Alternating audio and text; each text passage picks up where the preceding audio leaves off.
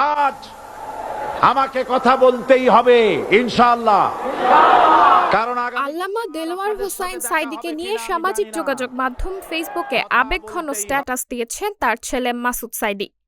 রোববার ১ সেপ্টেম্বর মধ্যরাতে পারিবারিক কবরস্থানের একটি ছবি সংযুক্ত করে তিনি ওই স্ট্যাটাস দেন।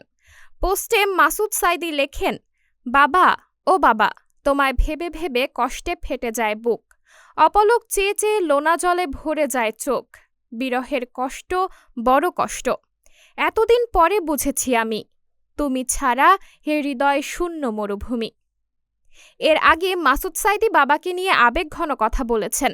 জামায়াতে ইসলামীর মাধ্যমে বাংলাদেশ একটি কল্যাণমুখী রাষ্ট্র কায়েম করে এই জমিনে আল্লাহর দ্বীন প্রতিষ্ঠার মাধ্যমে আল্লামা দেলোয়ার হোসেন সাঈদীর খুনের বদলা নেবেন বলে মন্তব্য করেছেন তিনি। গত ১৭ আগস্ট আল্লামা দেলোয়ার হোসাইন সাঈদীর প্রথম মৃত্যুবার্ষিকী উপলক্ষে পিরোজপুর আল্লামা সাঈদী ফাউন্ডেশন কর্তৃক আয়োজিত আল্লামা সাঈদীর জীবন ও কর্ম শীর্ষক আলোচনা সভা ও দোয়া অনুষ্ঠানে এ মন্তব্য করেন তিনি।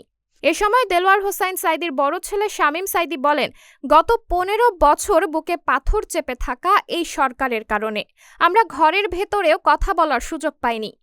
এই নিরাপরাধ ব্যক্তিকে ১৩টি বছর কারাগারের মধ্যে বন্দী রেখে শেষ পর্যন্ত ফাঁসি দিতে পারেননি। তারপর তাকে চিকিৎসার নামে হাসপাতালে নিয়ে হত্যা করা হয়েছে।